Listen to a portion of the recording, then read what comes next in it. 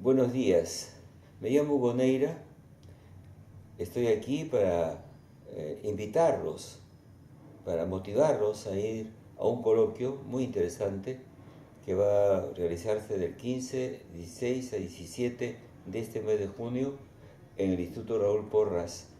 El título de ese coloquio es Repensando a Raúl Porras Barrenechea. Debo decirles un par de cosas en torno a este gran tema. Porras es uno de los grandes del Perú, por varias razones. Primero, por escritor. El escritor no solamente fue novelista o cuentista o personas que escriben poesía, ¿no? También muy respetables, sino escritores aquellos que en la historia, en la sociología, en la filosofía, además de conocer una disciplina, escriben con estilo, encantadoramente.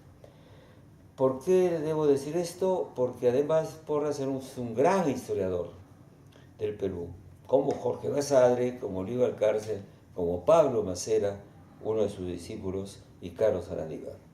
Y además fue un gran diplomático, embajador, pero además ministro de Relaciones Exteriores, con una presencia muy importante en una famosa reunión de San José, en la que él se negó a que el Perú firmase un acta de exclusión de Cuba de la Organización de Estados Americanos.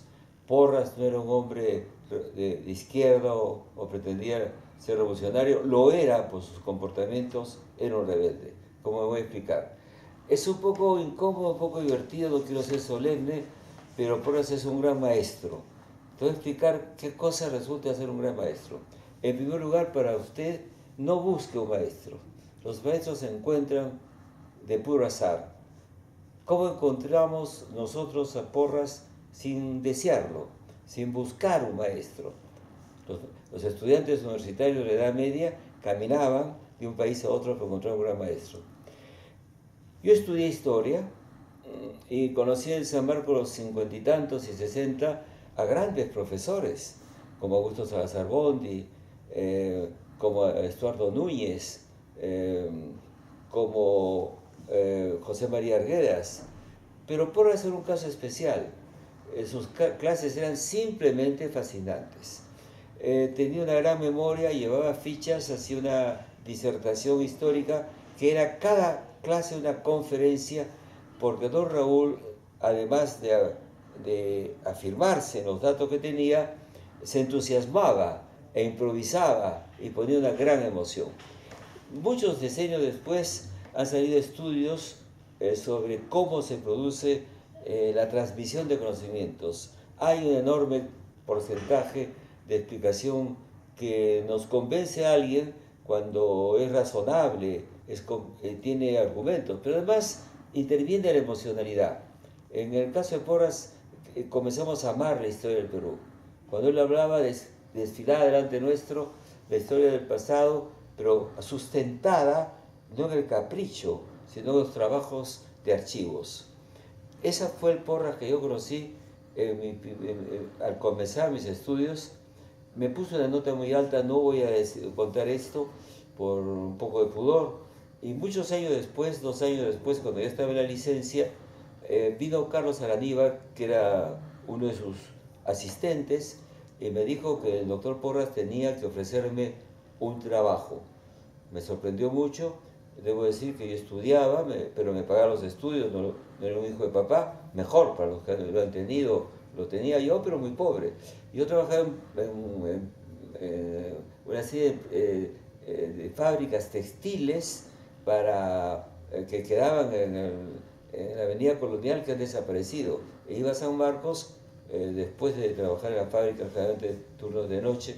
Era comunista, estuve en la Juventud Comunista y en el partido, y nunca me arrepentiré de eso.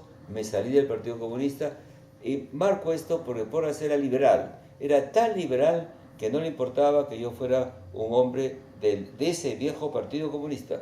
Es decir, no era un partido pues que mataba gente, formamos sindicatos, alfabetizamos, era la línea del trabajo estar con los proletarios y los pobres, los explotados, ¿no? Y trabajando en su casa, ¿en qué consistía? Porras había llegado a un acuerdo con un editor que se llama Mejía Vaca, que tenía una gran librería. Y estaba a punto de dejar de escribir los libros que quería hacer porque se había sido nombrado senador. No podía pues entonces seguir investigando. Investigar significa leer libros, tomar fichas, ver documentos, etc. Y entonces Mejía Vaca le preguntó a Porras qué hacían en esos casos los profesores europeos o norteamericanos cuando se encontraban con esa dificultad. Y Porras le dijo, pero toman asistentes. Y entonces Mejía Vaca le dijo, te pago los asistentes, pero no dejes de hacer tus libros. Entonces Porras fue contratando una serie de jóvenes que llegamos a las 3 de la tarde hasta las 6 de la tarde a su casa en Colina, que se ha vuelto hoy día el Instituto Raúl Porras, por decisión de Porras mismo, que pertenece a San Marcos. Y entonces leíamos por el maestro, qué grado de confianza tan grande que examinábamos los documentos y los libros, le hacíamos una ficha. Y nos pagaba Mejía Vaca. Eso me pareció estupendo cuando yo me acerqué. Y ahí descubrimos cómo trabajaba. Es decir, estábamos en un taller. En un momento determinado nos pedía Carlos Aranillo a mí dictar. Y cuando dictaba sus discursos en las máquinas de escribir de esa época, que eran muy incómodas, pues porque había que volver a reescribirlas, había una falta, no como las computadoras de otros días. Y yo Porras dictaba muy rápidamente, con muchos textos delante de él, y citaba uno, citaba otro, decía el número de la página, Aranillo escribía hasta que se cansaba, 2-3 horas, y yo lo reemplazaba. Era una maratón terrible, y después esos papeles que habían quedado, él le pasaba la pluma, cosa que ustedes no le han enseñado en ningún colegio del Perú, a redactar. Después se pasa la pluma y las frases se reducen o se amplían o se introducen otras cosas. Escribir es la forma más alta del pensamiento humano, no es hablar, porque el texto escrito es un texto racional. Yo me llevaba esas hojas, don Raúl sabía que yo me las llevaba, que eran pues borradores, ¿no? Para estudiar cómo diablos se escribe, no solamente cómo se diserta, sino cómo se escribe. ¿Qué cosas son los conectivos? ¿Por qué se dice por una parte, por la otra? Además, en primer lugar, en segundo lugar, cosas que seguramente usted no le han enseñado en los colegios del Perú, donde desapareció la redacción. Nosotros sí fuimos formados, como en todas partes del planeta, de manera que el ser humano, el Homo Faber, puede pasar de la comprensión del texto al texto escrito. Si en Estados Unidos, si usted no sabe hacer un paper, que es un texto escrito en orden, no es universitario. Entonces, descubrimos entonces en Porras algo más, alguien que nos corregía los trabajos, alguien que nos hacía observaciones, como un pintor, un gran pintor de carrera, enseña a pintar corrigiendo, y eso era un maestro. Luego Porras, en la tarde, al salir de nosotros a las 5 o 6 de la tarde, nos invitaba un té y partía él al Senado o al Club Nacional. A veces llegábamos a la Plaza San Martín y yo me iba a San Marcos. Y entonces Porras me tomaba el pelo y me decía, ¿va usted Neira a San Marcos a intrigar? Y yo decía, lo mismo que usted, doctor Porras, en el Club Nacional. Entonces hay una relación de respeto. Jamás le dijimos maestro, le decíamos doctor, y jamás me llamó por mi nombre, Hugo, o Pablo, o Mario Vargas. Por Mario era uno de ellos, uno de nosotros, con Pablo Macera, con Carlos Aranillo. Tuvo muchos otros asistentes antes, pero éramos la última promoción, no lo sabíamos, porque Porras murió de un infarto. Entonces había una relación de respeto y a la vez de camaradería. Se notaba que estas 4 personas que señalaba, incluyéndome a mí, éramos muy adultos a los 21 o 22 años.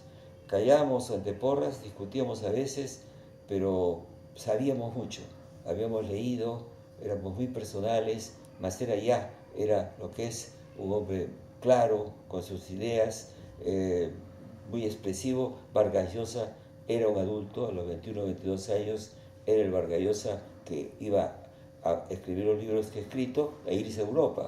Y Aníbal, un gran erudito.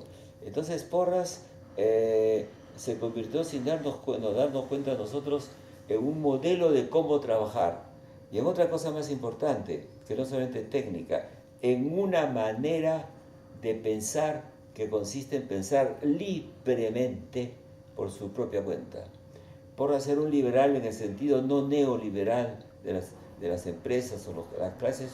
Yo no digo que esté mal que haya empresa o que haya mercado, pero por ser un hombre que pensaba por su cuenta, libremente, y por lo tanto los libros eran sus grandes amigos que le inspiraban este culto inmenso a la libertad. En algún momento me dijo claramente, a mí no me importa nada su comunismo, Neira, porque usted tarde o temprano se va a dar cuenta que le falta a su ideología algo fundamental, la libertad. Eso me di cuenta muchos años después, muerto Porras, ya en Europa, cuando visité la Unión Soviética, que era un desastre. Con Porras conocí a sus amigos, Jorge Basadre, Aya de la Torre, Luis Valcárcel y José María Arguedas. Todos ellos tenían una relación de contacto y de amistad. Conocí los grandes del Perú, y de ahí mi pasión por los libros, mi pasión por la libertad y el respeto que le tengo a lo que se llama la heurística, el trabajo de la historia, en la que jamás opinamos algo sobre el pasado si no hay un sustento de documentos, un testimonio histórico que luego hay que juzgar. Entonces hemos tenido mucha suerte de tener un maestro del estilo, un maestro de la vida y un maestro de la libertad intelectual, de la adultez. ¿Qué cosa es un hombre libre? Lo dice Emmanuel Kant. Dice, todo hombre tiene una minoría de edad, no es adulto, hasta que no se atreva a pensar por su cuenta, por su propia cuenta. Y esto, así con ese texto, explica qué cosa es la ilustración. Esa generación fue extraordinaria, son los fundadores del Perú. Sin embargo, no los conocen, lo cual es una ignominia en los textos de colegio, porque quitaron los cursos de historia, de literatura, y dejaron descerebrados, deshistorizados durante 30 años a varias generaciones de peruanos. Tuvimos siempre grandes pensadores en este país, desde Mariátegui, a Aya, a Vallejo, que era un pensador, a Porras, que tiene un estilo extraordinario, pero nosotros nos ha pasado algo terrible. Hemos progresado en muchos campos, en el alfabetismo, en la economía, y tenemos una cultura desastrosa. Normalmente todos tienen derecho a tomar las carreras que quieran, pero la secundaria debe formar culturalmente al ciudadano peruano leyendo sus clásicos, de los cuales debemos tener el placer y el orgullo de tenerlos. Le pregunto, ¿ha leído usted a Porras? ¿Ha leído usted a Vallejo? ¿Sabe quién es Vallejo? ¿Qué estará haciendo esta hora Miandini, Dulce Rita de Junco y Capulí? Ahora que me asfixia Bizancio y que flota la sangre como flotó un flojo coñac dentro de mí. ¿Qué tiene de malo la memoria? ¿Conoce usted las novelas de Vargas Llosa? ¿Las ha leído? ¿Ha leído usted Arguedas? Si usted no ha hecho nada de esas cosas, no es una persona culta y no es un buen peruano.